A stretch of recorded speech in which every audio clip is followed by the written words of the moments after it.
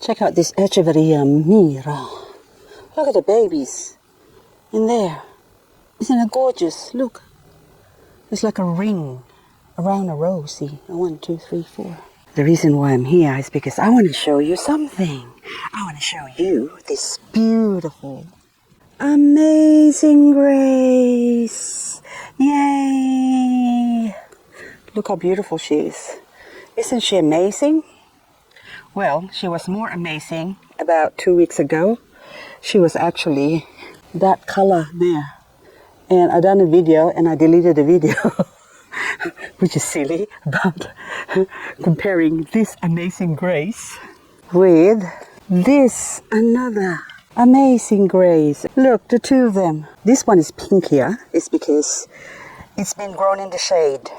And that one is exposed to the sun, and that's why its color is a little bit lighter. But anyway, the reason why we are doing this video today is because, hang on, I'll put you back there, amazing grace. Okay, beautiful bend bodies. How gorgeous is that? Look at the color. That needs a cleanup as well. Beautiful, gorgeous. Now let me go back to I potted up my Echeveria robin. Hopefully it will color up and show some nice red tail. And also I moved things around because I have my mini greenhouse over there that is being covered at the moment.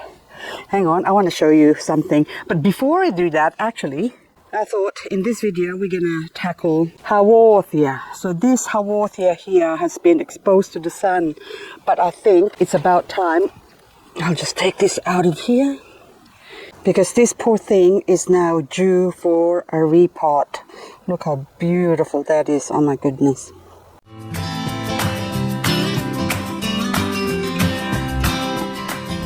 I now have an empty spot and I don't like that. Ta-da! My Crassula Hobbit can go here. I haven't repotted that yet. It's still in its original pot that I bought from IKEA, I think 4 years ago.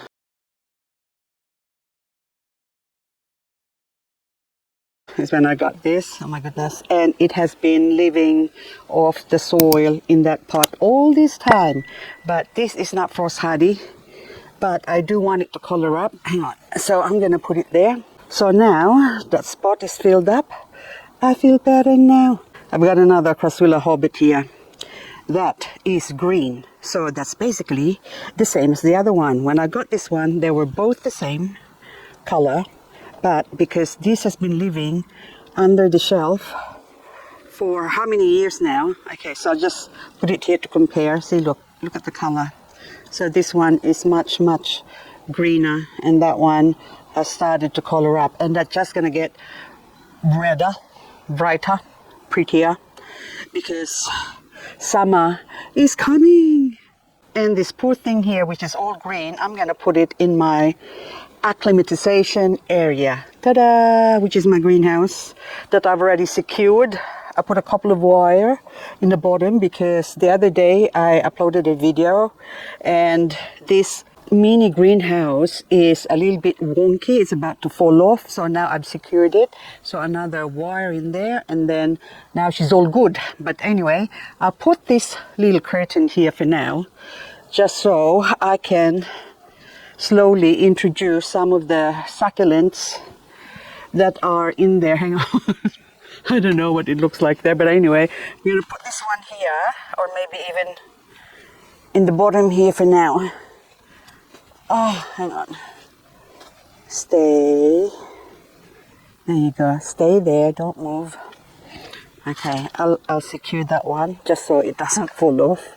Now, this Cotyledon. Oh yes, this one was just all dry, so I just brought it out from soaking indoors for a couple of days. I have to soak that for 2 days because it was really, really bad. So at the moment, Cotyledon are still growing because the weather is still cool enough. So this is my Cotyledon unicorn. I call it a unicorn plant because it's expensive. And now it's growing, but last winter it was, hang on, it's supposed to go up like that. So I think I need to put this little rock here. I'll put you behind it just a little bit. Just so to prop it. There you go. So right now, it's still growing because it's cold. But the minute we get to about 25 degrees Celsius, then they'll stop growing and will go into dormancy. So this plant as well, I have never ever grown anything from a leaf from this one because they need to be chopped up in autumn.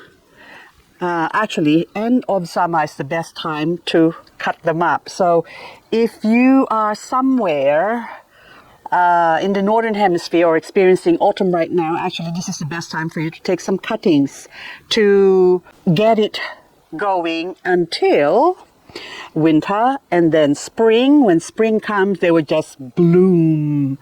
What it means is not going to bloom flower, but it will just grow. From autumn, winter, and all through spring is when they grow, and when summer comes, they go night-night. In this corner, you can see lots of beautiful plants in there. Underneath all that beautiful, plant, I'm going to start singing. This is my dumping station. Anything that sort of, I don't know what to do, I just chuck it in here. And then I notice this Haworthia. This one now is Haworthia. I think this is Simbriformis. But anyway, look how beautiful that looks. Isn't that gorgeous? Look. And then this one, look at the roots screaming, saying, propagate me, propagate me. And this one here, I hit that the other day, and it is growing, but it's got nowhere to grow. And look, there's a snail inside. But look at the roots on that one. So this one deserves to be propagated. I just found this little thing behind me. Hopefully it doesn't fall through. Now, this one's need to be, look, it's trying to crawl out of it. That one too.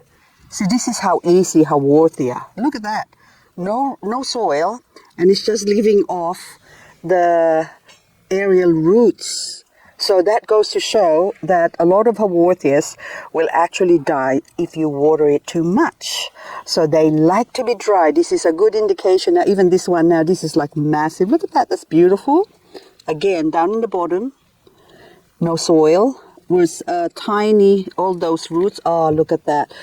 So the only dark spots, so those parts there, are the only ones that's hanging on to roots. But the rest of it is living off the air. Look at that. Anyway, so now I only started with one plant here, and this is actually probably a propagation of something. And oh, look what I found. Oh my goodness. Okay, now I'm sorry, Bernalensi. You are long and leggy. I'm going to break you off, and I'm going to put you on the side here. Look, they're all crawling, and I just kept hitting them. And that one, and another Simbriformis here. Look, it's just beautiful, isn't it? Another arrangement we could do, but anyway. But here, that's why I'm so excited, because the kupiri, oh, hello. Look how big that is in there. Oh my goodness. Oh, they're so beautiful. You are gorgeous. Hang on. I got all these plants that I've forgotten because, hang on, that one too.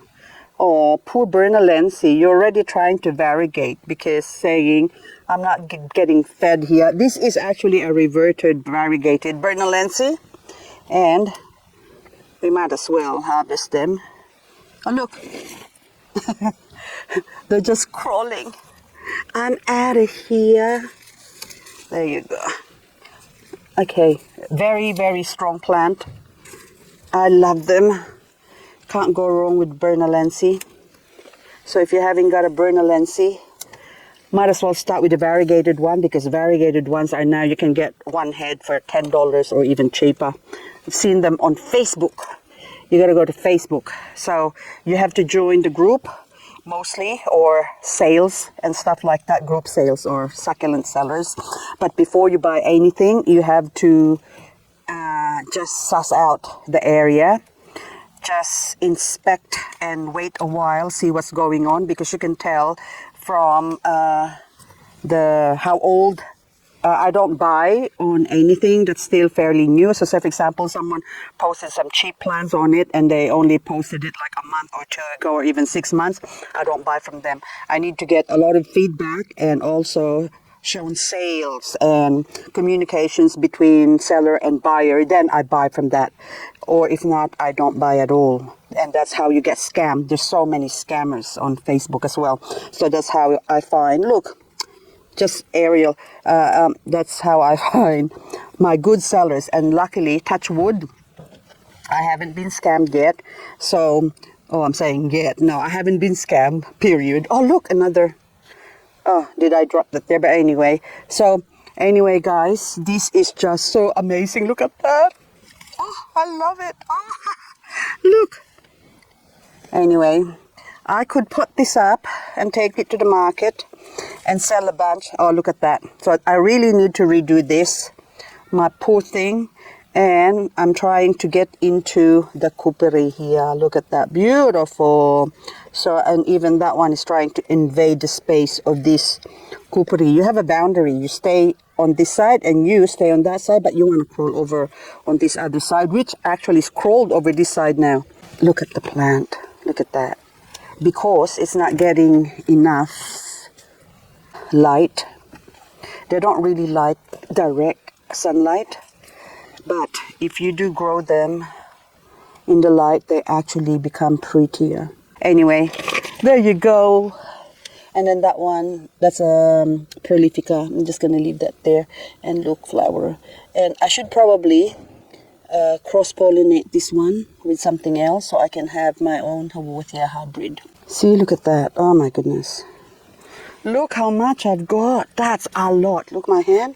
Can you imagine how many plants? I reckon I've got at least, I could get like, I don't know, 100 little baby plants in there. Look at that. But I'm going to plant them like in a cluster, like one pot with cluster, because that would be nice. My Haworthia retusa variegata, which is a gift from a special lady that I bought succulents from, is growing. That actually almost died, and I was able to revive it because it was all wrinkly, and I thought I haven't watered it for a long time, of course, because of my husband getting sick, and I was in the hospital every day for the last 5 months, and 5 months ago, basically, he passed away. And so I only had like a couple of months ago when I revived this, which means I soaked the whole pot. And now it's all perked up and showing some nice variegations even from here, there, see those lines there, and even that one there. So hopefully by next year that pot will be filled up. So they're very easy to grow, Haworthias. You just pot them up and forget about them, as long as don't propagate them when it's cold. They're summer dormant, but if you live in an area where you get frost, they will suffer from the frost as well. And of course, they don't like to be thirsty. So they will tell you when they're thirsty, so which means you can soak them. And this one here, I thought this died, but luckily, see, it's still growing. So in the center there, that's all the dark spots. And then I was really concerned about that, because I thought I killed it, but it was actually just the concentrated seaweed solution that I soaked it in.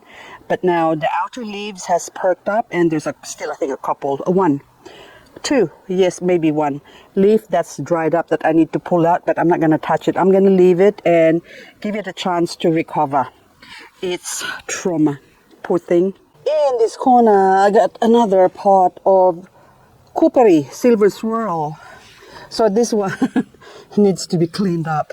And look, is it actually variegated? I don't think so. It just has a silver swirl, as the name suggests. And look, that one has been swirled up by the sun. That's sort of cooked up, but it doesn't matter. We still give it a chance, because I cleaned this up a couple of days ago. And of course, that one got pulled up from somewhere.